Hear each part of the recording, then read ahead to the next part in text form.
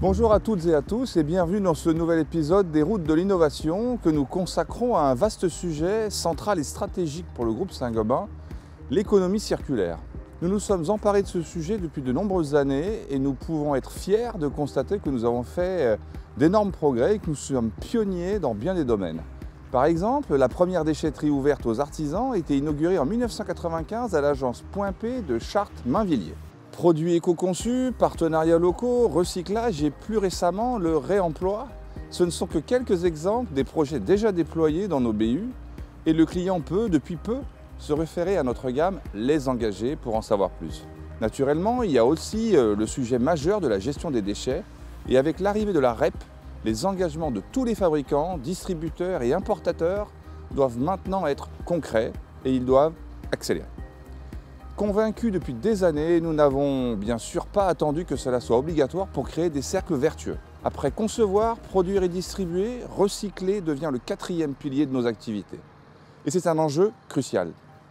Parmi nos actions, nous avons déjà installé environ 200 déchetteries en France et avons mis en place des filières de recyclage. Nous allons vous présenter deux d'entre elles, celle du plâtre et celle du verre. Je vous invite à découvrir 3 lieux emblématiques, exemple de l'envergure et de l'efficacité de nos actions sur le terrain. Notre première destination se trouve à Nanterre, dans la déchetterie multiflux de Point P et de la plateforme du bâtiment, pour découvrir comment, dans une vision commune, ils ont su créer un lieu unique pour leurs clients. Dans la seconde partie, vous découvrirez avec Maud Thiodet, directrice générale de Saint-Gobain Glace France, sur le site industriel de Saint-Gobain Glace à Soltin, les objectifs et enjeux de la création d'une filière de recyclage du verre. Enfin, Aymeric Daudet, directeur industriel chez Placo, nous racontera sur le site emblématique de Placo à Chambéry comment nos investissements ont permis de perfectionner l'outil industriel en intégrant notamment les étapes de recyclage. Vous me suivez ?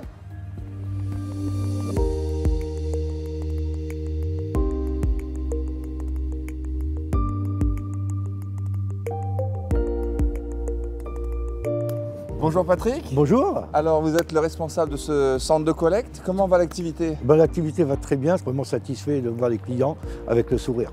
Vous êtes content de la prestation que vous offrez? Ils sont satisfaits aussi des plages d'ouverture et des types de filières que vous leur proposez?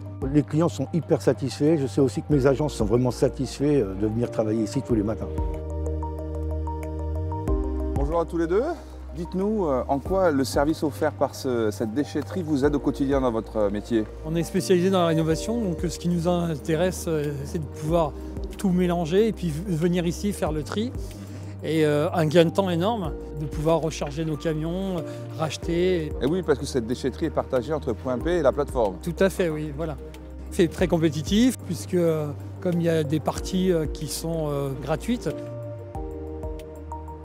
On utilise beaucoup parce que ça nous aide à être rapide, efficace et on est très content parce que c'est facile d'accès et parce que c'est ouvert tard jusqu'à 20h le soir, ça nous aide beaucoup au niveau de l'organisation et tout ça. C'est très important de faire le tri pour l'avenir, pour la planète. En plus maintenant on a une obligation au niveau de nos clients depuis plus d'1 an maintenant de présenter le traitement des déchets, donc c'est très important pour nous. Hein. Même la terre qui avant ne prenaient pas, là du coup ils nous le prennent aussi pour pouvoir vider. Écoutez, merci beaucoup. Merci. Merci. Au revoir. Bonne journée.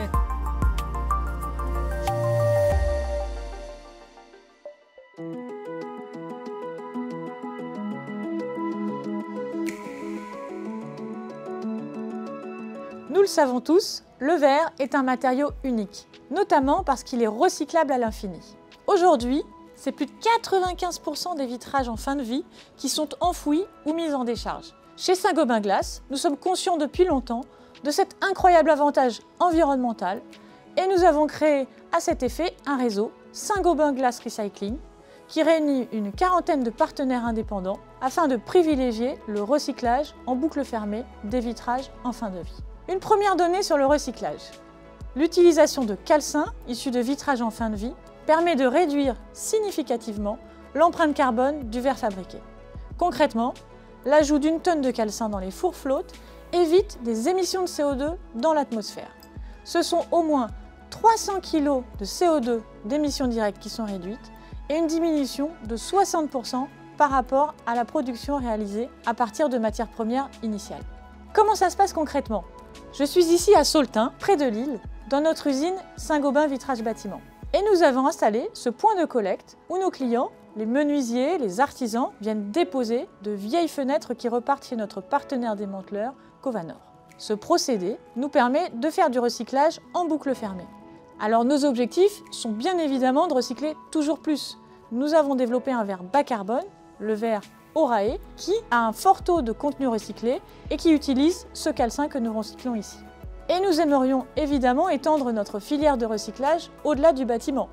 Avec Securite, la partie mobilité de Saint-Gobain, nous souhaitons monter des partenariats avec des constructeurs automobiles, notamment pour la partie pare-brise ou encore la SNCF pour le démantèlement de vieux trains.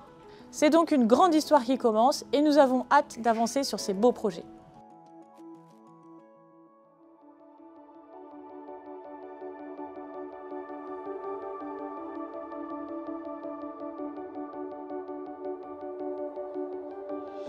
Bonjour à toutes et tous et bienvenue sur le site de Chambéry, berceau du recyclage du plâtre en France. On va retrouver Émeric Daudet, suivez-moi. Salut Erwan, Salut Eric. comment ça va? Bienvenue sur ce site exceptionnel de Chambéry. Chez Placo, nous nous sommes emparés du sujet du recyclage du plâtre dès 1993. Et en 2008, nous avons lancé une filière de recyclage externe en boucle fermée. Depuis, nous n'avons cessé d'augmenter les volumes recyclés. Rappelons que le plâtre est recyclable à l'infini. Nous sommes ainsi devenus les leaders du recyclage de plâtre en France grâce à notre réseau Placo Recycling et à l'engagement de nos usines. En 2022, nous avons de nouveau recyclé plus de 50% des déchets de plâtre, faisant de Placo le premier recycleur de plâtre en France. Sur les 3 dernières années, nos efforts constants nous ont permis d'augmenter de 66% le plâtre recyclé par nos usines. Notre ambition est de continuer à augmenter les volumes de recyclage d'ici 2030 pour atteindre 200 000 tonnes par an. Pour cela, nous allons compléter notre dispositif industriel pour retraiter toujours plus et toujours mieux les déchets en plâtre du BTP en adaptant notre savoir-faire et nos procédés de fabrication. Nous visons ainsi un objectif de 30% de matière recyclée en moyenne dans l'ensemble de nos plaques. En parallèle de ce travail de recyclage, nous travaillons également à une conception toujours plus vertueuse de nos produits. L'année dernière, nous avons d'ailleurs lancé une nouvelle plaque de plâtre, la Placo Infini 13, la première plaque de plâtre au monde contenant plus de 50% de matière recyclée. C'est d'ailleurs ici, à Chambéry, que cette plaque a vu le jour. Je profite de cette occasion pour remercier toutes les équipes impliquées dans ce projet innovant. Bravo à toutes et à tous, car c'était un vrai défi technique que de recycler ainsi autant de matières secondaires sans impact sur la qualité du produit final. L'économie circulaire est un sujet crucial dans l'écosystème du bâtiment.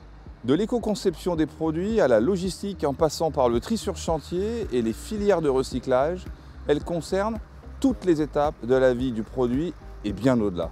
À travers ces 3 exemples, nous sommes fiers chez Saint-Gobain de prouver qu'en ayant pris de l'avance sur tous ces sujets, dont celui du recyclage, non seulement nous aidons nos clients, mais nous faisons bouger également nos filières de l'industrie. Pour autant, il reste encore beaucoup de chemin à parcourir. Je tiens d'ailleurs à remercier toutes celles et ceux qui contribuent à faire avancer ce sujet de l'économie circulaire dans toutes les activités. Allons encore plus loin tous ensemble. À bientôt pour un prochain numéro des Routes de l'innovation.